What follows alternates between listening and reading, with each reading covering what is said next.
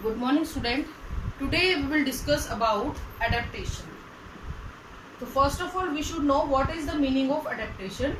Adaptation is the quality of an organism to survive and reproduce in an unfavorable environment. जब भी कोई organism किसी नए environment के अंदर जाता है, change environment के अंदर जाता है, जिसमें वो पहले कभी नहीं गया है, तो वहां पे जाके जब वो अपने आप को केपेबल कर लेता है उस एनवायरनमेंट में रहने के लिए और उस एनवायरनमेंट के हिसाब से ग्रोथ करने के लिए, तो ऐसी चीज को हम लोग क्या बोलते हैं? एडेप्टेशन बोलते हैं। ये एडेप्टेशन जो होती है किसी भी ऑर्गेनिज्म के अंदर वेरिएशन की वजह से आती है, या फिर हम ये कह सकते हैं कि नेचुरल सिलेक्शन जो होता है ना बेटा, वो किसी भी ऑर्गेनिज्म को अडेप्टेशन के लिए लीड कर जाता है। यानी नेचुरल सिलेक्शन वर्ड का मतलब मैं आपको बताती हूँ। नेचुरल सिलेक्शन का मतलब होता है कि नेचर उन्हीं ऑर्गेनिज्म को अपने पास रहने के लिए सिलेक्ट करती है जिन ऑर्गेनिज्म को अडेप्टेशन जो कर सकते हैं। अगर कोई ऑर्गेनिज्म अडेप्टेशन नहीं कर पाता है तो आप ये बात अच्छे से समझ लेना कि वो ऑर्गेनिज्म कभी भी सरवाइव नहीं कर पाएगा। तो नेचुरल सिलेक्शन का मतलब है nature selects the organism which are suitable to it. ठीक है, जो उसमें रहने के लायक होगा उसी को सिलेक्ट किया जाएगा। और रहने के लायक ऑर्गेनिज्म कब बनता है? जब वो अडेप्टेशन ले आता है। अडेप्टेशन आते हैं वेरिएशन की वजह से, बदलाव आएंगे। अगर आप चेंज हो रहे हो ना तो बदलाव आ रहा है, और वो बदलाव दो तरीके से आ सकता है। म्यूटेशन की वजह से आ सकता है और रिकॉम्बिनेशन की वजह से आ सकता है। एक चीज ये ध्यान रखना। तो ये दो वजह हैं जिनकी वजह से बदलाव आते हैं और आप एक नई अडेप्टेशन को अपने अंदर ले लेते हो। कई बार ये बदलाव इतने बड़े पैमाने पे होते हैं कि एक एंटायरली न्यू डिफरेंट स्पीशीज ही बन जाती है, एक इको टाइप डेवलप हो जाता है। तो वो भी हम आगे बात करेंगे। तो इतनी सी बात आपको समझनी है कि अगर वेरिएशन नहीं आएंगे तो अडेप्टेशन नहीं होगा, अडेप्टेशन नहीं होगा तो नेचर आपको सेलेक्ट भी नहीं करेगी। तो ये चीज ध्यान रखना। नेचुरल सिलेक्शन ही की वजह से ही नेचर ने आपको सिलेक्ट करना है और आपने सिलेक्ट होना है, इसलिए आपको अडेप्टेशन करना जरूरी होता है। अब हम बात करते हैं बेटा टाइप्स की। तो यहाँ पे दो तरीके का होता है, फिनोटिपिक अडेप्टेशन और जीनोटिपिक अडेप्टेशन। फिनोटिपिक अडेप्टेशन और जीनोटिपिक अडेप्टेशन, हालांकि ये दोनों ही चेंजेस हैं, इनमें दोनों में अडेप्टेशन होता है। लेकिन फर्क क्या है बेटा? जब ऑर्गेनिज्म फिनोटिपिक अडेप्टेशन करता है तो फॉर एग्जांपल एनवायरनमेंट में कोई चेंज आया, तो उस एनवायरमेंटल चेंज के लिए एक टेम्परेरी चेंज ऑर्गेनिज्म अपने अंदर कर लेता है। किसमें कर लेता है? अपनी मॉर्फोलॉजी में कर लेगा, अपने बिहेवियर में कर लेगा। इस प्रकार से एक टेम्परेरी चेंज कर लेता है ऑर्गेनिज्म अपनी बॉडी के अंदर, अपनी मॉर्फोलॉजी में, अपनी फिजियोलॉजी में, अपने बिहेवियर में। तो इस तरीके के चेंजेस जो होते हैं ये तब तक प्रिवेल करते हैं जब तक एनवायरनमेंट चेंज हो रखा है। जैसे ही एनवायरनमेंट वापस अपनी नॉर्मल कंडीशन में आता है, ये सभी के सभी चेंज भी खत्म हो जाते हैं। तो ऐसे चेंजेस को हम लोग क्या बोलते हैं बेटा? फिनोटिपिक चेंज या फिनोटिपिक प्लास्टिसिटी बोलते हैं। ये चेंज जो होते हैं ये एनवायरमेंटल इंड्यूस होते हैं, यानी एनवायरनमेंट कुछ टाइम के लिए बदला तो ये भी बदल गए, एनवायरनमेंट नॉर्मल हुआ तो ये सारे जो भी चेंजेस आए थे ये रिवर्स कर दिए जाते हैं। और ऐसे चेंजेस, ऐसी चीजों की वजह से जो स्पीशीज बनती है या कोई ऑर्गेनिज्म बनता है उनको हम इकोफिन्स बोल देते हैं या इकेड्स बोल देते हैं। इकेड्स या ecophene, these are the variant which developed due to the, किसी भी पॉपुलेशन के अंदर कुछ ऑर्गेनिज्म एनवायरनमेंट के हिसाब से चेंज हो गए तो वो इकोफिन कहलाएंगे। वापिस से अपनी ओरिजिनल कंडीशन में आ गए तो वो क्या कहलाएंगे बेटा? इकेड्स कहलाते हैं। तो ये चीज आपने ध्यान रखनी है यहाँ पे, ठीक है, कि इकोफिन किससे बनते हैं? फिनोटिपिक अडेप्टेशन की वजह से बनते हैं। फिर बेटा आता है आपका जीनोटिपिक अडेप्टेशन। जीनोटिपिक, अब आप नाम से ही समझ रहे होगे जीनोटिपिक अडेप्टेशन में आपको क्या मिल सकता है। जीनोटिपिक अडेप्टेशन में आपको इको टाइप्स मिलते हैं। ठीक है, कैसे मिलते हैं वो मैं आपको अभी समझाऊंगी। पहले आप ये समझिए ये होता क्या है।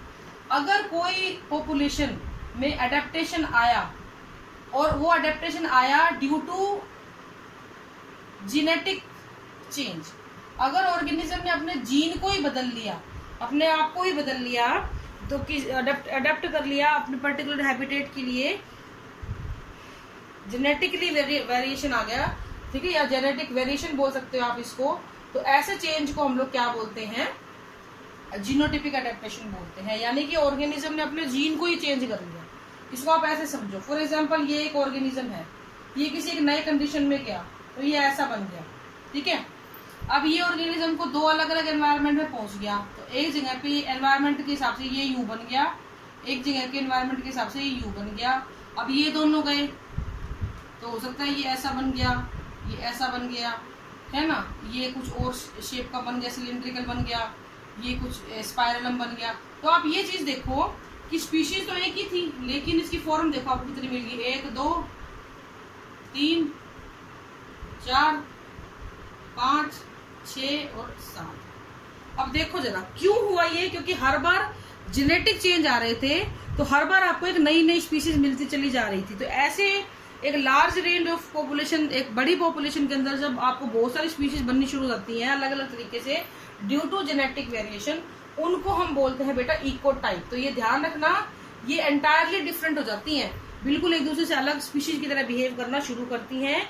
ए species with a large range में have such sub population is called as ecotype. तो एक स्पीशीज जो बड़े पैमाने पे फैली हुई है ना, उसके इकोटाइप मिल जाएंगे, क्योंकि अगर वो बहुत दूर दूर तक फैली हुई है ना, तो इसका मतलब है कि वो अलग अलग अलग प्रकार के एनवायरनमेंट के साथ उसको डील करना पड़ रहा है, और उन अलग अलग एनवायरनमेंट के साथ उसको डील करना पड़ रहा है ना, तो उसको कुछ ना कुछ अपने अंदर चेंज भी करना पड़ रहा है। तो इसको हम बोलते हैं बेटा इकोटाइप्स या जेनेटिक एडेप्टेशन। ठीक है, तो आई होप आपको ये समझ में आया होगा। अब हम बात करेंगे बेटा कि डिफरेंट डिफरेंट फैक्टर्स के लिए एडेप्टेशन कैसे ऑर्गेनिज्म करता है।